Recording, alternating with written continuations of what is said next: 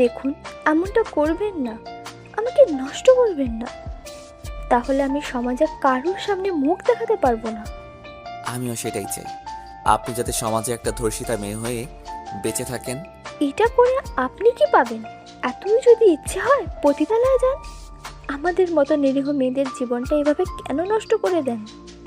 আপনার মতো জানোয়ারকে যে গর্ভে নিয়েছে সে হয়তো বাজে মহিলা ছিল, তাই তো আপনাকে শিক্ষা দিতে পারেনি, তাই তো আজকে আপনি একটা নিরীহ মেয়ের ইজ্জত দিতে যাচ্ছেন। বাকি কিছু বলার আগে আমি ওর গালে একটা থাপ্পড় বসিয়ে দিলাম। মেয়েটা এবার কান্না করতেছে। সাহস কি করে হয় আমার মাকে বাজে বলার? প্লিজ আমাকে যেতে দিন, আমার সর্বনাশ করবেন না প্লিজ। আপনার রিয়্যাক্ট আর কথা শুনে বোঝা যাচ্ছে আপনি আপনার মাকে অনেক সম্মান করেন, ভালোবাসেন। আজকে আমার জায়গায় আপনার মা যদি একটা বোন থাকতো। এবার আমার চোখ দিয়ে পানি পড়ছে। সত্যি তো, এই মেয়ের জায়গায় যদি আমার মা অথবা বোন হতো, আমি কি এটা মানতে পারতাম? মেয়েটা আমার চোখের পানির দিকে তাকিয়ে আছে আর অবাক হচ্ছে।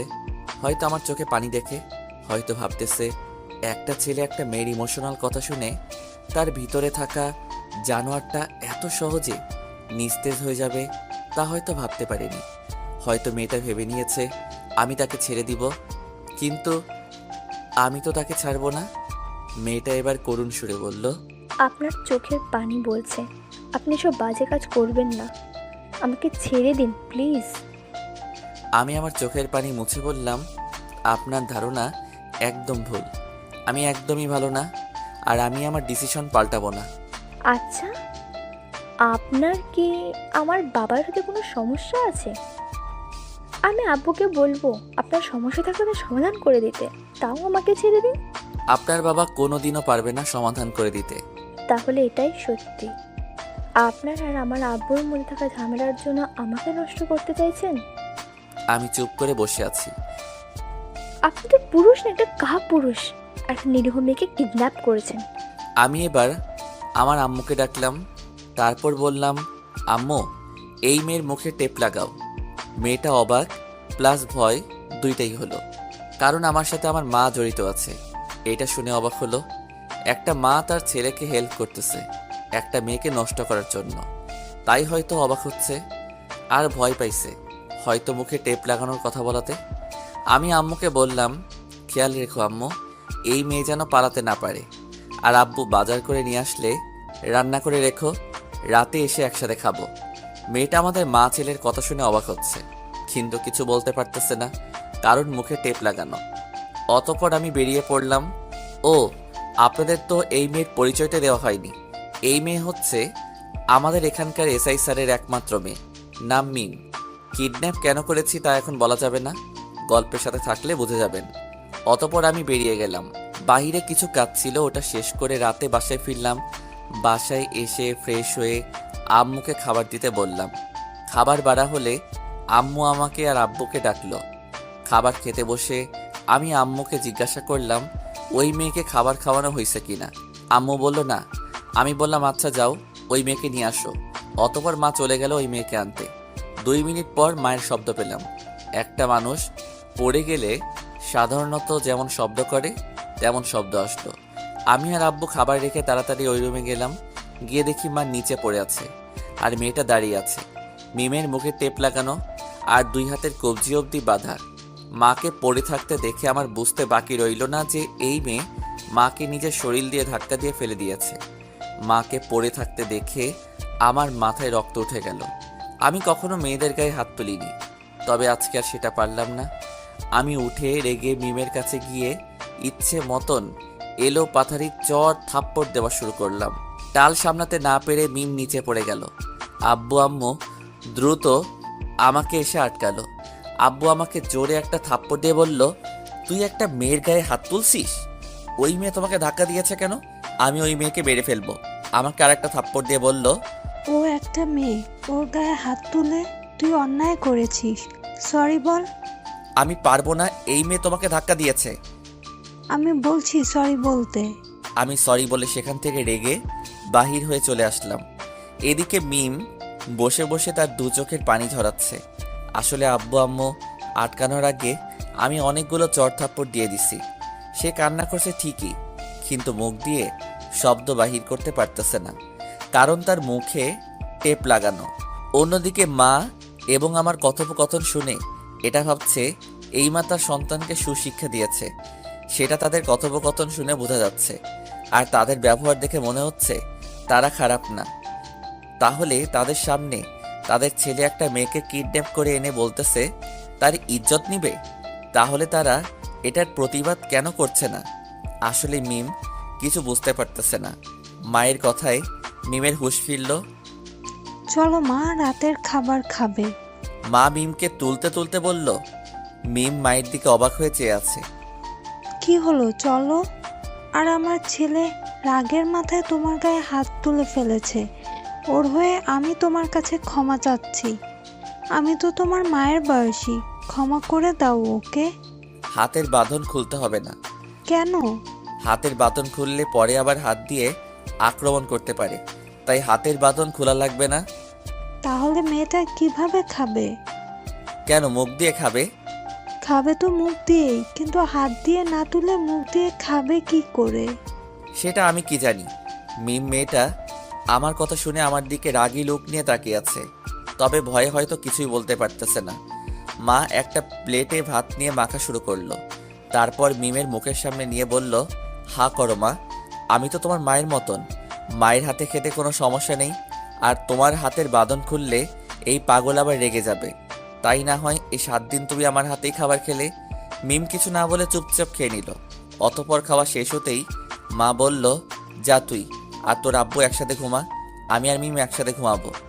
না, তুমি আর আব্বু তোমাদের রুমে ঘুমাও, আমি আর ও এক রুমে ঘুমাবো। কিন্তু কোনো কিন্তু না, যা বলছি তাই করো, যাও। মা আর কথা না বাড়িয়ে চলে গেল। এদিকে আমাদের কথা শুনে মিম ভয় পেয়ে গেল। তার সাথে একই রুমে একটা ছেলে থাকবে, হয়তো আজকেই তার সর্বস্ব কেড়ে নিবে একটা ছেলে। তার দু চোখ বেয়ে পানি ঝরতে লাগলো। কখনো মনে হচ্ছে এই পরিবারের মানুষগুলো অনেক ভালো, আবার কখনো মনে হচ্ছে এরা খুবই জঘন্য। কি হলো, দাঁড়িয়ে আছেন কেন? রুমে চলেন। আমার কথাই মিমের ধ্যান ভাঙল। কিছু না বলে চুপচাপ রুমে গেল। আমিও তার পিছু পিছু রুমে গিয়ে দরজা লাগিয়ে দিলাম। আমি দরজা লাগিয়ে পিছনে ফিরে তাকাতেই দেখি মিম আমার সামনে 2 হাঁটু ফেলে বসে আছে। কি হলো, এভাবে বসে আছেন কেন? আমাকে আমার ইজ্জত ভিক্ষা দিন, প্লিজ আমার কোনো ক্ষতি করবেন না। উঠেন। মিম আবার বলা শুরু করলো। দেখুন, একটা মেয়ে একটা অপরিচিত ছেলেকে তার সব কিছু দিতে পারে, তবে সেটা তার বিয়ের পর। যখন তার পরিবার একটা অপরিচিত ছেলের সাথে তার বিয়ে ঠিক করে, তখন পরিচিত না হওয়া সত্ত্বেও খুব সহজে মেয়েটা ওই ছেলেটাকে মেনে নিতে পারে। কিন্তু বিয়ের আগে একটা মেয়ে কখনোই তা মেনে নিতে পারে না। যদিও একদিন একটা পরিবারকে ভালো করে চেনা কোনোভাবেই সম্ভব না, তবে আমার মনে হয় না আপনার পরিবার খারাপ হবে। আপনি যদি চান, ইসলামিক শরিয়ত মোতাবেক আমাকে বিয়ে করে আমার সাথে যা ইচ্ছে করতে পারেন, আমি কিছু বলবো না, আর বাধাও দিব না। আমি কিছু না বলে পাশের টেবিলে রাখা টেপটা এনে এই মেয়ের মুখে লাগিয়ে দিলাম। যা মুখে আসতেছে তাই বলে যাচ্ছে। এই মেয়েকে আমি কিডন্যাপ করেছি, আর এই মেয়ে আমাকে বিয়ের প্রপোজাল দিচ্ছে। আজব। তারপর আমি মেয়েটাকে হাত ধরে টেনে বিছানায় নিয়ে গেলাম। আমি বললে শুইবে না জানি, তাই আমি তাকে ধাক্কা দিয়ে বিছানায় ফেলে দিলাম। তারপর তার 2 পা খাটের 2 কোণায় বাঁধলাম। মেয়েটা ভীষণ নড়াচড়া করতেছিল। তারপর আমি হাতের বাঁধন খুলে 2 হাত খাটের 2 পাশে বেঁধে দিলাম। এমনভাবে বাঁধলাম যাতে 2 হাত এক করতে না পারে। অবশ্য হাত বাঁধার সময় আমাকে আরেকটা হাত দিয়ে খামচি দিয়েছে গলায়। কিছুটা ছিলে গেছে আর হালকা রক্ত বাহির হচ্ছে। মিমের 2 চোখ বেয়ে পানি পড়ছে, হয়তো ভাবতেছে নিজেকে রক্ষা করতে পারলাম না। অতপর আমি নিচে বিছানা করে শুয়ে পড়লাম। মিম হয়তো এটা আশা করেনি। সবচাইতে বেশি অবাক হয়তো এখন হয়েছে, সেটা কল্পনাও করতে পারিনি। অতপর আমি ঘুমিয়ে পড়লাম। অন্যদিকে মিমের চোখে ঘুম নেই, বিভিন্ন কথা সে চিন্তা করছে। একটা ছেলে আমাকে কিডন্যাপ করলো, ছেলেটা বললো আমার ইজ্জত কেড়ে নেবে। তার মা বাবা তাকে সাহায্য করছে, কিন্তু পরিবারটার ব্যবহার দেখে মনে হচ্ছে এটা অনেক ভালো। ছেলেটা রাতে আমার সাথে একই রুমে আছে, অথচ আমাকে বাজেভাবে কোনো স্পর্শও করলো না। আসলে এরা কি করছে, কেন করছে, কি চায়, কিছুই যেন মাথায় ঢুকছে না। এরকম আরও অনেক কিছুই ভাবতে ভাবতে মিমের দু চোখ লেগে আসে। তো বন্ধুরা, এতক্ষণ ধরে গল্পটি শুনেছো। গল্পটি তোমাদের কাছে কেমন লাগছে? যদি গল্পটি ভালো লেগে থাকে এবং এ ধরনের গল্প আরও শুনতে পছন্দ করো, তাহলে এক্ষুনি নিচে থাকা সাবস্ক্রাইব বাটনটি টিপে আমাদের পরিবারের একজন সদস্য হয়ে যাও এবং গল্পটি কন্টিনিউ করো। আর হ্যাঁ, একটি সুন্দর কমেন্ট করতে কিন্তু ভুলবে না। সকালে হঠাৎ রুমে একটা শব্দ শুনে মিমের ঘুমটা ভেঙে যায়। মিটিমিটি করে চেয়ে দেখে একটা ছেলে কি যেন করছে। ভালো করে তাকিয়ে দেখে ছেলেটা নামাজ পড়ছে। মিমের খুব ভালো লাগছে দেখতে। যদিও মিম নিজে কখনো নামাজ পড়ে না, অনেক বেলা করে ঘুম থেকে ওঠে, কিন্তু আজ কেন যেন তারও ইচ্ছে করছে নামাজ পড়তে। আমি নামাজ শেষ করে উঠে দাঁড়িয়ে দেখি মিম উঠে গেছে আর আমার দিকে তাকিয়ে আছে। আমাকে ওর দিকে তাকাতে দেখেই মাথা নেড়ে কিছু একটা বলতে চাইলো। আমি গিয়ে ওর মুখের টেপটা খুলে দিলাম। মিম বলল, আমার বাঁধন খুলে দিন। কেন? আমি ওয়াশরুমে যাব। কোনো ঝামেলা করবেন না তো? ওকে, আপনার যখন এতই ভয় তাহলে আমি বিছানা নষ্ট করি, আপনারা পরিষ্কার করবেন, কেমন? আমি কিছু না বলে হাত পায়ের বাঁধন খুলে দিলাম। মিম উঠে ওয়াশরুমে চলে গেল। আমি ওয়াশরুমের বাইরে দাঁড়িয়ে আছি, যদি কোনো ঝামেলা করতে চাই তাই দাঁড়িয়ে আছি। কিছুক্ষণ পর হাত মুখ ধুয়ে বাহির হলো। আমি রশি দিয়ে বাঁধতে গেলে বলল, একটু পর বাঁধেন, আমি নামাজ পড়ে নিই তারপর। মেয়েটা নামাজ পড়বে বলে আমি আর কোনো বাধা দিলাম না। অতপর মিম নামাজ পড়ার পর আমি আবারও মিমের 2 হাত বেঁধে দিলাম। এবার আর কোনো রকম বাধা দিল না। অতপর একটা চেয়ারে বসিয়ে চেয়ারের সাথে বেঁধে রাখলাম। তারপর আমি প্রতিদিনের মতো হাঁটতে বের হলাম। হাঁটতে হাঁটতে মিমদের বাসার সামনে গেলাম।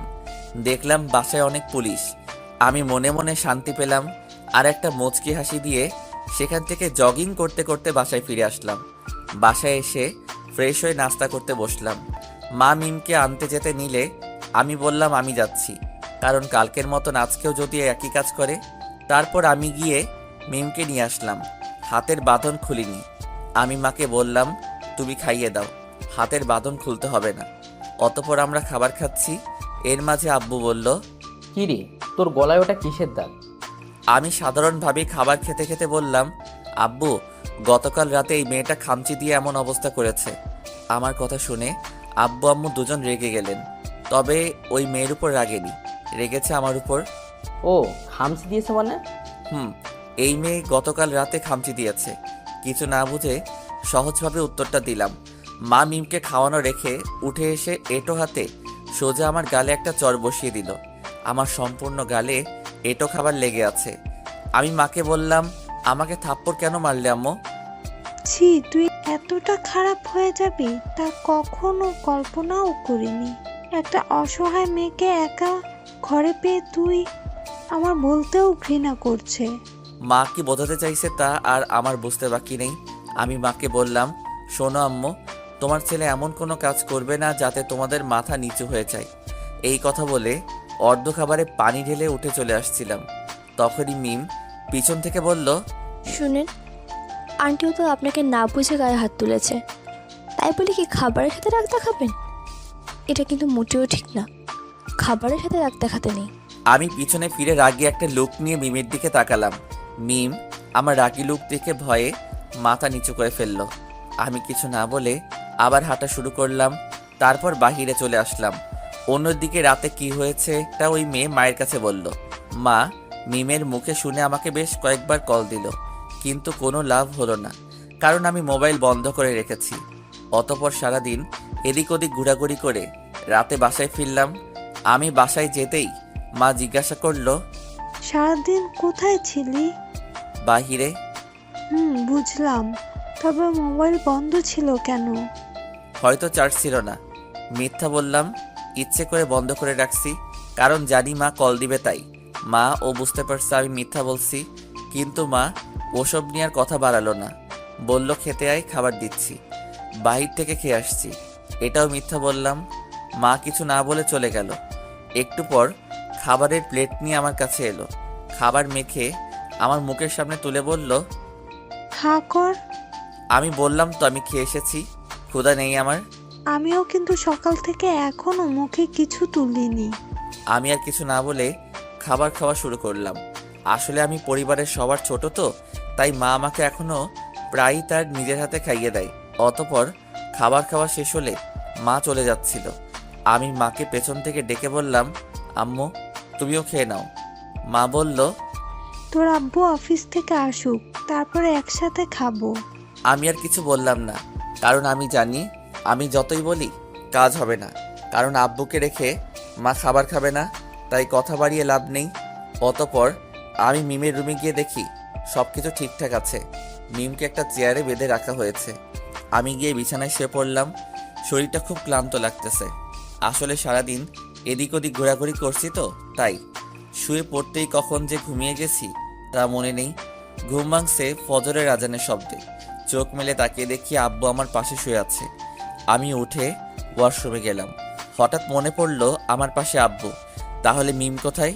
অবশ্যই মায়ের রুমে। যদি মার সাথে কোনো ঝামেলা করে। আমি তাড়াতাড়ি ওয়াশরুম থেকে মায়ের রুমের সামনে গিয়ে দরজায় টোকা দিলাম। ভিতর থেকে মা জিজ্ঞাসা করলো, কে? আমি বললাম, আম্মু আমি। অতপর মা দরজাটা খুলল। আমি দেখলাম না, সব ঠিকঠাকই আছে। আমি একটা দীর্ঘশ্বাস ফেললাম। মা জিজ্ঞাসা করলো, কি হয়েছে? আমি বললাম, না কিছু না বলে চলে আসছিলাম। তারপর আবার পিছনে ফিরে বললাম, আম্মু। মা আমার দিকে তাকিয়ে বলল, কিছু বলবি? গতকাল রাতে এই মেয়ের সাথে আমি কিছু করিনি। জানি, মিম আমাকে সব বলেছে। কি হয়েছিল? আমি আর কিছু না বলে রুমে চলে আসলাম। রুমে এসে দেখি আব্বু উঠে গেছে। আব্বু শুভ সকাল। রাতে কখন ফিরেছ? 9:30 বাজে। আমাকে ডাকলে না যে? তোর আম্মু বলল তুই সারাদিন বাসায় আসিস নাই, ক্লান্ত ছিলি, তাই আর তোকে ডেকে তুলিনি। ও আচ্ছা। তারপর বাবা ও আমি ফ্রেশ হয়ে মসজিদে চলে গেলাম। নামাজ শেষে একটু হাঁটাহাঁটি করে বাসায় ফিরলাম। আসলে সকালবেলা হাঁটাহাঁটি করার মজাই আলাদা। সকালবেলা ঘুমিয়ে থাকা মানুষগুলো এই সুন্দর প্রকৃতি খুব মিস করে। তারপর বাসায় ফিরে সবাই মিলে একসাথে নাস্তা করলাম। নাস্তা শেষে আব্বু তার অফিসের জন্য বেরিয়ে গেল, আর আমিও ভার্সিটির উদ্দেশ্যে বের হলাম। আমি যাওয়ার আগে আম্মুকে বললাম, এই মেয়ের বাঁধন যেন না খোলা হয়। তুমি একা বাসায় এই মেয়ে পালানোর চেষ্টা করবে। আম্মু বলল, আচ্ছা খুলবো না। তারপর আমি ভার্সিটিতে চলে আসলাম। ভার্সিটিতে আস্তে আস্তে পরিচয়টা দিয়ে দেই। আমি মেহেদি হাসান, পরিবারের ছোট সন্তান। আমরা 2 ভাই 1 বোন, বাবা মা আর 3 ভাই বোন মিলে সুখী পরিবার। সবাই হয়তো ভাবতেছেন, বাবা মাকে তো দেখলাম, কিন্তু ভাই বোন কই? আসলে বোন সবার বড়, বিয়ে হয়ে গেছে। আর ভাইয়ের কথা গল্পের সাথে থাকেন, জেনে যাবেন। আব্বু একটা জব করে। মূলত আব্বুই আমাদের পরিবারের সবটা দেখাশোনা করে। আমি বা ভাই এখনো পরিবারের জন্য কিছুই করতে পারিনি। চলেন এবার গল্পে ফিরে যাই। আমি মায়ের থেকে বিদায় নিয়ে ভার্সিটিতে চলে আসলাম। ও আপনাদের তো আরেকটা কথা বলা হয়নি, আমি অনার্স ফার্স্ট ইয়ারের ছাত্র। যাই হোক, আমি আবার ফাঁকিবাজ না। ভার্সিটিতে গিয়ে ঘোরাঘুরি করব, ঠিক মতো ক্লাস করব না, এসব আমাকে দিয়ে হবে না। আসলে আমি আমার বাবার কষ্টটা বুঝি, যার কারণে আমি তার স্বপ্ন পূরণ করার চেষ্টা করি। তার স্বপ্ন একটাই, আমরা যেন শিক্ষিত হয়ে সমাজে মাথা উঁচু করে দাঁড়াতে পারি। সে অনেক কষ্ট করে আমাদের পরিবারটাকে চালায়। তার সামান্য চাকরির টাকা দিয়ে পরিবারের সমস্ত খরচ বহন করে। বোনের বিয়ে সবই দিয়েছে। একটা মেয়ের বিয়েতে কতটা খরচ তা তো আমরা সবাই জানি। আর সেই দায়িত্বটা যদি একটা সাধারণ পিতার উপর থাকে, তাহলে তার কি পরিমাণ কষ্ট হয় সেটা ওই পিতা ছাড়া আর কেউ বুঝবে না। আর কিছু পরিবার আছে, মুখ লজ্জায় কারো থেকে চাইতেও পারে না, আবার সাধারণভাবে মেয়েকে তার শ্বশুরবাড়ি পাঠাতেও পারে না। তাদের সাহায্য করে একমাত্র আল্লাহ। আমাদের পরিবারটাও ওই রকমই। এখানে বাস্তব কিছু কথা বলি। যারা কন্যা সন্তান জন্ম দিয়েছেন তারা আমার থেকে বিষয়টি ভালো জানেন। আপনারা কন্যা সন্তানকে বড় করেন তার থেকে কিছু পাবার আশায় না। কোনো স্বার্থ ছাড়াই বাবা মা তার কন্যা সন্তানকে বড় করে, তারপর বিয়ে দিচ্ছে। বিয়ের পর অনেক পরিবারে বলে মেয়ের বাড়ি থেকে কি দিয়েছে। আরে একবার খেয়াল করে দেখেন, তাদের কলিজার টুকরো সন্তানকে আপনাদের কাছে দিয়ে দিছে। আরে কন্যা সন্তান যদি বোঝা হতো তাহলে জন্মের পরপরই তাকে গলা টিপে হত্যা করতে পারত। তা করেনি, কারণ সন্তান ছেলে হোক বা মেয়ে হোক, বাবা মা দুইজনকেই সমানভাবে ভালোবাসে। আর সেই ভালোবাসার সন্তানকে যখন আপনার হাতে তুলে দেয়, তখন এই বাবা মায়ের কতটা কষ্ট হয় তা একবার মন থেকে বুঝতে চান, সব ক্লিয়ার হয়ে যাবে। মনে রাখবেন, ছেলেদের ছাড়া মেয়েরা যেমন অচল, ঠিক একইভাবে মেয়েদের ছাড়া আমরা ছেলেরাও অচল। ছেলে মেয়ে উভয়কে সম্মান ও গুরুত্ব দেওয়া প্রয়োজন। একজন আরেকজনকে ছাড়া যখন অচল, তাহলে কেন একজন আরেকজনের পিছু লেগে থাকি? চলেন না সবাই সবাইকে সম্মান করি, ভুল কিছু বললে সবাই ক্ষমা করবেন। চলেন এবার আবার গল্পে ফিরে যাই। তো আমি ক্লাস শেষ করে দুপুরে বাসায় গেলাম। বাসায় গিয়ে ফ্রেশ হয়ে আমি, আম্মু ও মিম দুপুরের খাবার খেয়ে নিলাম। আসলে আব্বু দুপুরে খাবার অফিসে খায়। অতপর খাবার খেয়ে আবার আমি সবসময় একটু ঘুমাই। আজকেও তার ব্যতিক্রম হলো না। আমি গিয়ে আব্বু আম্মুর রুমে শুইলাম। আসলে ওই রুমে মিম আছে, তাই আব্বু আম্মুর রুমে গিয়ে শুইলাম। অতপর বিকালে মায়ের ডাকে আমার ঘুম ভাঙলো। এই উঠ। আম্মু আরেকটু ঘুমাই না উঠ, আজান হয়ে গেছে, উঠে নামাজ পড়তে যা। বলেই মা আমাকে এক প্রকার টেনে তুলল। আমিও উঠে ফ্রেশ হয়ে বেরিয়ে গেলাম। অতপর নামাজ পড়ে এমনি একটু চায়ের দোকানে গেলাম। চায়ের দোকানে 5 মিনিট বসেই আমি শিওর হয়ে গেলাম এসআইর মেয়ে কিডন্যাপ হয়েছে। এই কথাটা সবার মধ্যে জানাজানি হয়ে গেছে। ঠিক আমি যেটা চেয়েছিলাম ওটাই হয়েছে। সবার মুখে এটাই নিয়ে গল্প। এক একজন এক একটা কথা বলতেছে। কেউ বলতেছে পালিয়ে গেছে, তো কেউ বলতেছে হয়তো এসআইর সাথে কারো শত্রুতা বলে হয়তো মেরে লাশ গুম করে ফেলেছে। এমন বিভিন্নজন বিভিন্ন মন্তব্য করতেছে। আমি এটাই চাইছি সবার মুখে মুখে এই কথাটা থাকে। আমি যেমন করে চাচ্ছি সব কিছু ঠিক তেমন করেই হচ্ছে, সব প্ল্যান মাফিক। কেন জানি না ভালোই লাগছিল সবার মুখে এসব কথা শুনে। তাই আমিও বসে বসে তাদের কথা শুনতে লাগলাম। প্রায় 1.5 ঘন্টা তাদের কথা শুনলাম। দোকানে অনেকেই আসতেছে, আবার অনেকেই যাচ্ছে, কিন্তু টপিক একটাই, এসআই সাহেবের মেয়ে নিখোঁজ। অতপর আজান হলো। আমি উঠে মাগরিবের নামাজ আদায় করে বাসায় চলে আসলাম। বাসায় এসে কিছুক্ষণ মায়ের সাথে গল্প করলাম, আর বাহিরে লোক কি বলাবলি করতেছে সব বললাম। মায়ের সাথে গল্প করতে করতে আব্বু চলে আসলো। আসলে বাসায় আমি আর মা একাই থাকি বেশিরভাগ সময়, কারণ আব্বু তো সারাদিন অফিসে। প্রায় সময় আম্মুর সাথে গল্প জমিয়ে বসি। আজকেও তাই করেছি। মিম আছে অনুরমে বাধা। আব্বু ফ্রেশ হয়ে আসলে আমাদের গল্প করা শেষ হলো। মা খাবার দিতে চলে গেল, আর আমি মিমকে আনতে গেলাম। অতপর আর কি, প্রতিদিনের মতো খাবার খেয়ে শুয়ে পড়লাম। নিচে ঘুমাতে আর ভালো লাগে না, কিন্তু কি আর করার, সারা রাত তো বসে থাকা যাবে না, ঘুমাতে তো হবেই। অতপর ঘুমিয়ে পড়লাম। অতপর পরের দিন আর কি, ঘুম থেকে ওঠা, নামাজ পড়া, নাস্তা করা, তারপর ভার্সিটিতে যাওয়া, এই আর কি প্রতিদিনের রুটিন। আজকে দুপুরে খাবারের পর কেন যেন ঘুম আসছিল না, তাই মোবাইল টিপতেছি। বেশ কিছু সময় মোবাইল টিপার পর আর ভালো লাগতেছিল না। ভাবলাম একটু বাহির থেকে ঘুরে আসি। যেই ভাবা সেই কাজ। আমি আমার রুমে গিয়ে একটা শার্ট পরে বাহির হব, ঠিক তখনই পিছন থেকে গোঙানোর শব্দ আসলো। আমি পিছন ফিরে তাকালাম, দেখি মিম গোঙাচ্ছে।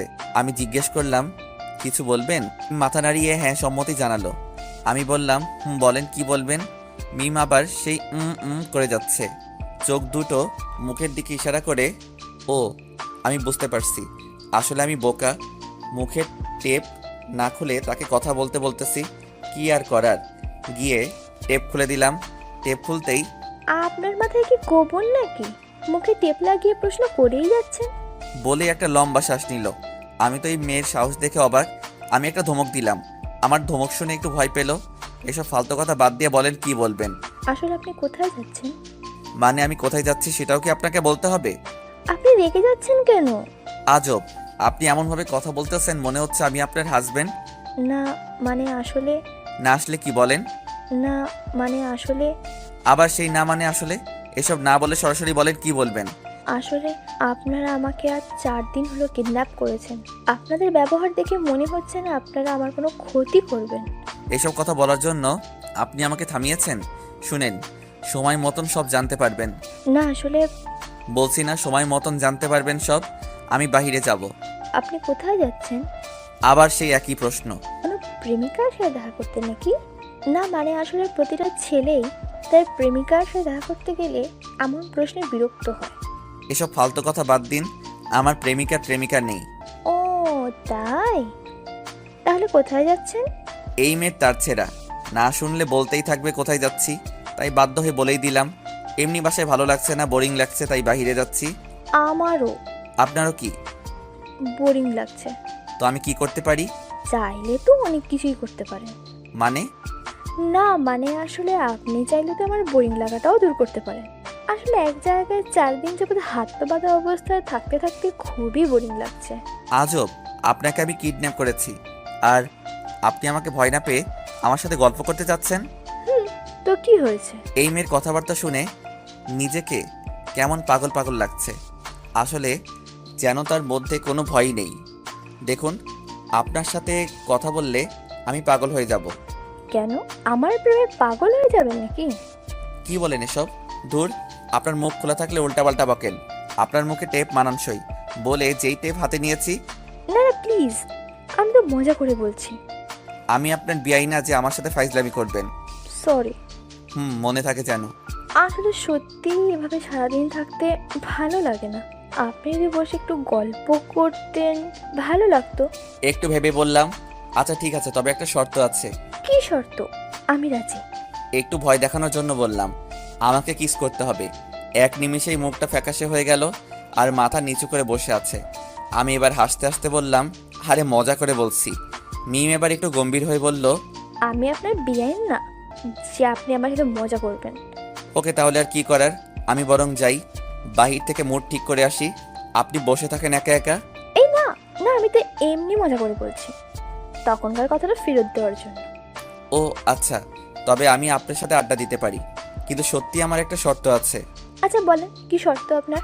আমার শর্ত হচ্ছে, আপনাকে কেন কিডন্যাপ করেছি এসব প্রশ্ন করতে পারবেন না। এক কথায়, কিডন্যাপ সম্পর্কে কিছু জিজ্ঞেস করতে পারবেন না। সময় মতন সবই জানতে পারবেন। আচ্ছা ঠিক আছে, ওসব কিছু জিজ্ঞেস করবো না। আচ্ছা বলেন। কি বলবো? আপনি না বললেন আমার সাথে আড্ডা দিবেন, তো বলেন। এইভাবে কি কথা বলা যায় নাকি? তো কিভাবে কথা বলবো? আচ্ছা বাদ দিন তো, প্রেম কয়টা করেছেন? এসব কি প্রশ্ন? আমি কিন্তু যা ইচ্ছে জিজ্ঞেস করতে পারবো, আপনিই বলেছেন, শুধু কিডন্যাপ বাদে। কিন্তু কিসের কিন্তু? কোনো কিন্তু নাই। আমি ওটা পারে যা আছে জিজ্ঞেস করতে পারবো আর আপনি তার উত্তর দেবেন। আচ্ছা বলেন। প্রেম কয়টা করেছেন? একটাও না। মিথ্যে কেন বলেন? ওকে, 100টা করেছি। খুশি? খুশি? হাসেন কেন? এমনি। তা আপনার স্বপ্ন কি? না মানে আপনি ভবিষ্যৎ নিয়ে কি চিন্তা ভাবনা আছে? ভবিষ্যৎ কি হবে তা নিয়ে কোনো চিন্তা নেই। মানে একটা মানুষের ভবিষ্যৎ নিয়ে কোনো চিন্তা ভাবনা থাকে না নাকি? ছিল, মরে গেছে। তাই নাকি? তা মেয়েটা কি যে এত বড় ছ্যাঁকা দিল আপনাকে, যার জন্য সব স্বপ্নগুলো মরে গেল? স্বপ্নগুলো মরার জন্য সিচুয়েশন আর কিছু আঘাতই যথেষ্ট।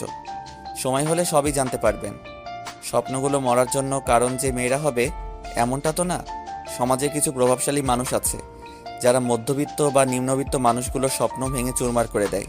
ও বাবা, আপনি সিরিয়াস হয়ে যাচ্ছেন কেন? আমি তো মজা করে বলছি।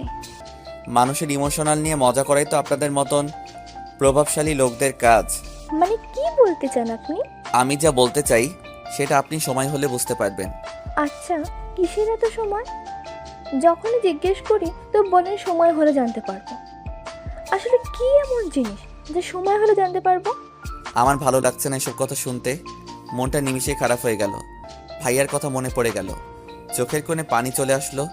আমার চোখে পানি দেখে মিম অবাক হয়ে বলল, কি হয়েছে? আমি কিছু না বলে উঠে গেলাম আর সেখানে দাঁড়িয়ে না থেকে বেরিয়ে এলাম। চোখ মুছতে মুছতে বাসা থেকে বেরিয়ে গেলাম। আসরের নামাজের সময় হয়ে গেছে, তাই সোজা মসজিদে চলে গেলাম। আজানের আরও 30 মিনিট সময় বাকি আছে, তাই বসে বসে একটু কোরআন তেলাওয়াত করলাম। অতঃপর আজান হলে নামাজ আদায় করে আর বাসায় গেলাম না, বাহিরে একটু ঘোরাঘুরি করলাম। অতঃপর মাগরিবের নামাজ পড়ে বাসায় আসলাম। আজকে মনটা অনেক বেশি খারাপ।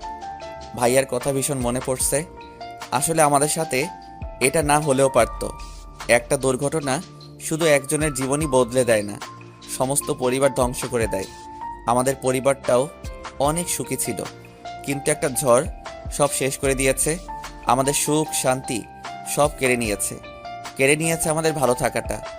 এমনটা না হলেও পারতো। আসলে সমাজটা এমন যেখানে নিন্দা করার মতন মানুষের অভাব নেই, কিন্তু বিপদে পাশে থাকার মতন মানুষের খুব অভাব। আমি রুমে গিয়ে চুপচাপ বসে আছি মন খারাপ করে। মা রুমে এসে বলল, কি রে, মন খারাপ? আসলে মা তো মুখ দেখে বুঝে গেছে। আমি আর নিজেকে আটকাতে পারলাম না। মাকে জড়িয়ে ধরে কান্না করতে করতে বললাম, ভাইয়ার কথা অনেক মনে পড়ছে। মা আমাকে মাথায় হাত বুলিয়ে সান্ত্বনা দিচ্ছে। কিন্তু মুখে কিছু বলছে না। বলবে কি করে? মা তো নিজেই ফুপিয়ে ফুপিয়ে কান্না করতেছে। কিছুক্ষণ পর মা তার চোখ মুছে নিল আমাকে আড়াল করে, কিন্তু আমি বুঝতে পারছি মা যে কান্না করছে। তারপর মা আমাকে বলল, এসব ভেবে মন খারাপ যেন না করি। আসলে সান্ত্বনা দিচ্ছে আমাকে। তবে আমি তো জানি মা বাবা বোন কেউ ভালো নেই। আমিও আর কথা বাড়ালাম না। অতপর মা আর আমি গল্প করতে করতে আব্বু আসলে রাতের খাবার খেয়ে প্রতিদিনের মতন ঘুমিয়ে পড়লাম। এইভাবে 7 দিন চলে গেল। আজকে সকালে আমি মিমের রুমে গিয়ে তার বাঁধন খুলে বললাম, বাসায় চলে যান। মিম অবাক হয়ে বলল, আমি বুঝলাম না, আপনারা আমাকে কেন কিডন্যাপ করেছেন? আমাকে বিন্দু পরিমাণ ক্ষতি না করে একদম সুরক্ষিত অবস্থায় ছেড়ে দিচ্ছেন। আপনি তো বরাবর বলেছেন সময় হলে জানতে পারবো। এখনো কি সময়টা আসেনি? আপনি জানতে চান না আপনাকে কেন কিডন্যাপ করা হয়েছে? তাহলে শুনেন, আপনাকে কেন কিডন্যাপ করেছি শুনেন তাহলে। সামাজিক সম্মান ও পারস্পরিক শ্রদ্ধাবোধ নিয়ে চলা একটি মধ্যবিত্ত হাসি খুশি ভরা পরিবারের কথা। 2 ভাই 1 বোনের পরিবারে বাবা মায়ের স্বপ্ন, বড় ছেলে সমাজে প্রতিষ্ঠিত ও ছোট ছেলে সেনাবাহিনীতে যুক্ত হয়ে তাদের মুখ উজ্জ্বল করবে। মেয়েকে বিয়ে দিয়ে সুখেই কাটছে তাদের দিনগুলো। সবকিছু ঠিকঠাকই চলছিল। বড় ছেলে গ্র্যাজুয়েশনের পথে, ফলে থেকেই পড়াশোনা করছে। কিন্তু একটি চক্রান্ত তাদের সব স্বপ্নকে কেড়ে নেয়, এলোমেলো করে দেয় পুরো পরিবারকে। রাতের পুলিশ চেকপোস্ট কেড়ে নেয় একটি নিষ্পাপ জীবন। হল থেকে এক রাতে বাড়ি ফেরার পথে পুলিশ চেকপোস্ট তাদের বড় ছেলেকে বিভিন্নভাবে হয়রানি করে এবং কোনো অপরাধ ছাড়াই তার কাছে টাকা দাবি করে। সাধারণত সৎ প্রকৃতির মানুষ বলে সে পুলিশকে টাকা দিতে রাজি হয়নি। কথা কাটাকাটির এক পর্যায়ে পুলিশ তাকে মাদক মামলায় গ্রেফতার দেখিয়ে থানায় নিয়ে যায়। পরে তার বাবা মা এই বিষয়ে পুলিশের সাথে মীমাংসা করতে চাইলে তাদেরকে সত্যের ওপর অটল থাকতে বলেন তিনি। পরবর্তীতে আদালতের রায়ে তার 2 বছর জেল হয়। এই রায়ে পড়াশোনা ও প্রতিষ্ঠিত হওয়ার স্বপ্ন শেষ হয়ে যায় তার। অথচ তার কোনো অপরাধী নেই। মাদক বিষয়ে সে কিছুই জানে না, এর আগে পিছেও ছিল না কখনো। তবে আপোষ করলে হয়তো এত বড় ক্ষতি হতো না তাদের। কিন্তু তাদের বড় ছেলের কথা হলো, যেই টাকা দিতে চাইনি বলে আমাকে থানায় এনেছে, সেখানে টাকা দিয়ে আপোষ করার কোনো মানে হয় না। টাকা দিয়ে আপোষ করার কোনো কাজ যদি আমি করতাম তাহলে চেকপোস্টে টাকা দিতাম। আমি অন্যায়ভাবে কাউকে টাকা দিব না। এদিকে গ্র্যাজুয়েশন পড়ার শুরুতেই পারিবারিক সিদ্ধান্তে অন্য পরিবারের সাথে আত্মীয়তা করে। পড়াশোনা শেষে বিয়ের সিদ্ধান্তে কাবিনের ফয়সালা হয়। অথচ তার 2 বছরের জেল হওয়ার খবরে তারা আত্মীয়তা ভেঙে দেয়। শেষ হয়ে যায় তার ক্যারিয়ার, সম্মান, স্বপ্ন ও সামাজিক মর্যাদা। শেষ হলো 2 বছর। পুলিশের সাজানো নাটকে অন্যায়ভাবে জেল খেটে বাড়ি ফেরা মানুষটা আর আগের মতো নেই। সব হারিয়ে হতাশায় ভুগছেন এখন। একসময় সামাজিক সম্মান ও পারস্পরিক শ্রদ্ধাবোধ নিয়ে সমাজে বেড়ে ওঠা মানুষটা এখন আর বাইরে বের হতে পারেন না। আগের মতো সবার সাথে মিশতে পারেন না। মানুষের বাঁকাচোখ আর নেতিবাচক মন্তব্যে নিজেকে গুটিয়ে রাখেন সারাক্ষণ। এভাবে ডিপ্রেশন পেয়ে বসে তাকে সিদ্ধান্ত নেন আত্মহত্যার। তার কাছে এই জীবনের আর কোনো মূল্য নেই। ডিপ্রেশন তাকে তার বাবা মা, ভাই বোনের ভালোবাসাও ভুলিয়ে দিয়েছে।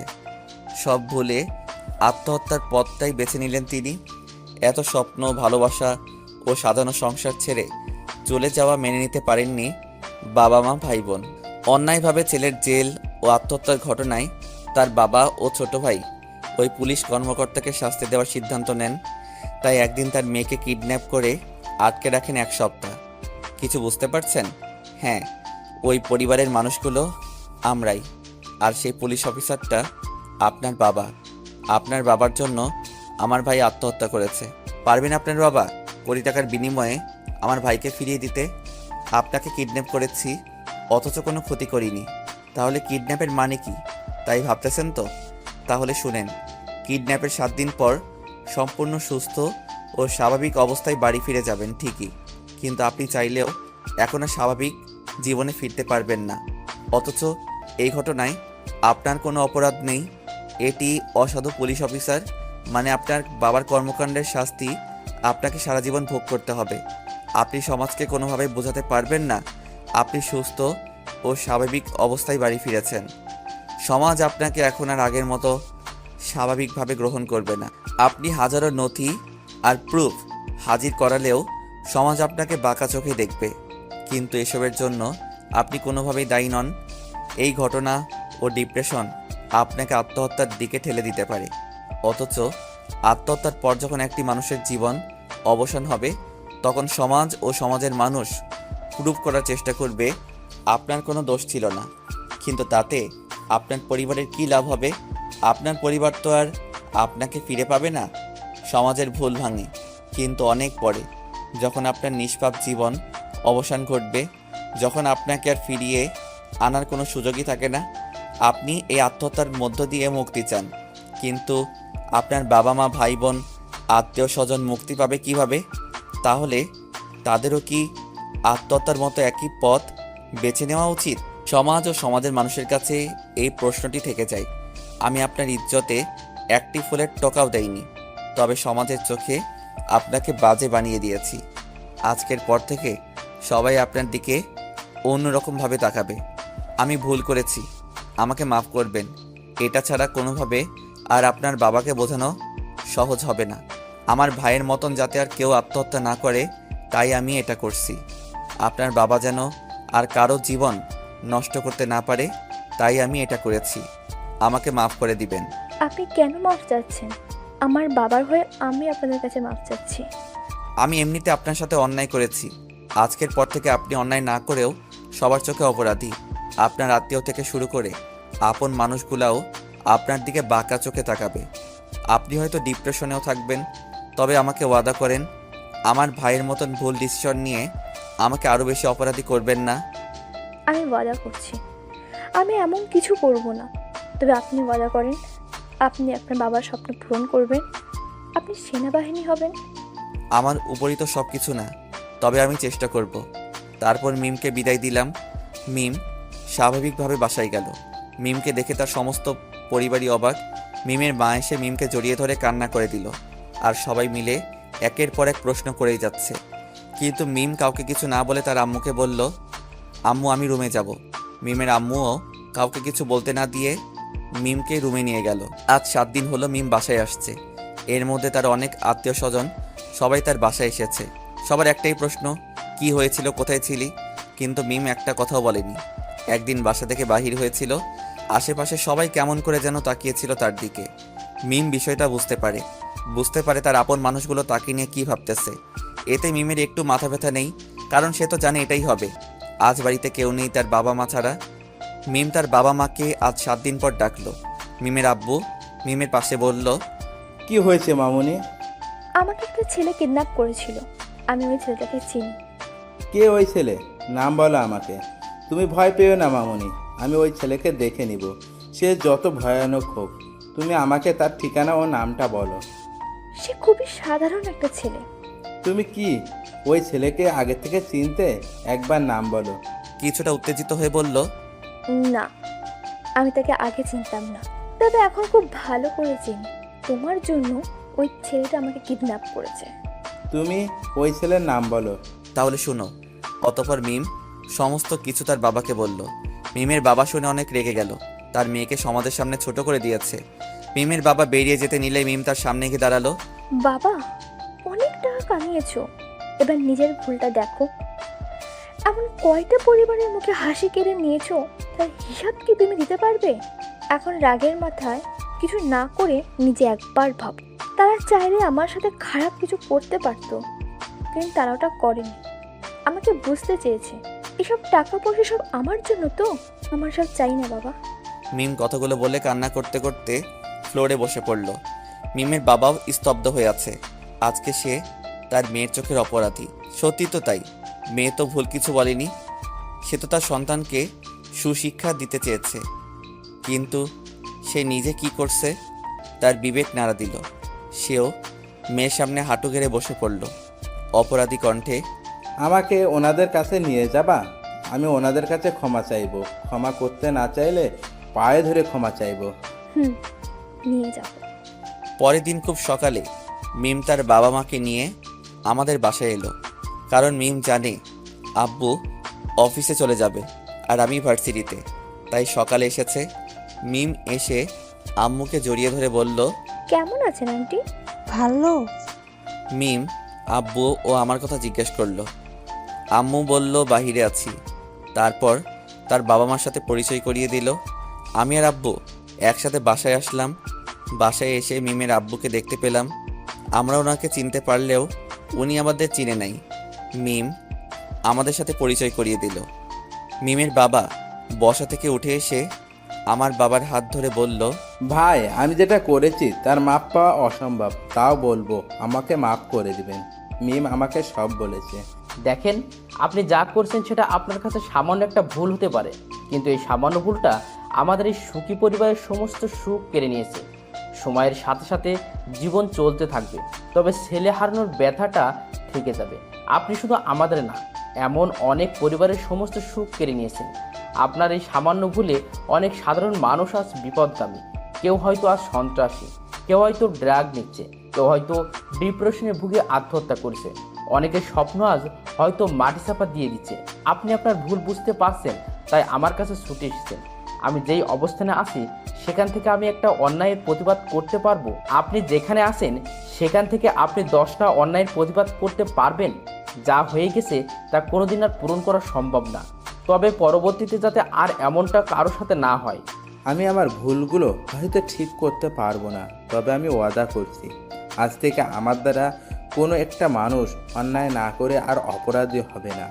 আর আমি সততার সহিত নিজের দায়িত্ব পালন করব। শুনে খুশি হলাম। আপনাদের প্রতি আমাদের কোনো অভিযোগ নেই, আর আমরাও ভুল করেছি। আপনার মেয়েকে সমাজের চোখে দোষী বানিয়ে দিয়েছি, আমাদেরও মাফ করে দিবেন। মাপ চেয়ে আমাদের ছোট করবেন না, যা হওয়ার হয়ে গেছে, আর ভুলের শুরুটা আমারই ছিল।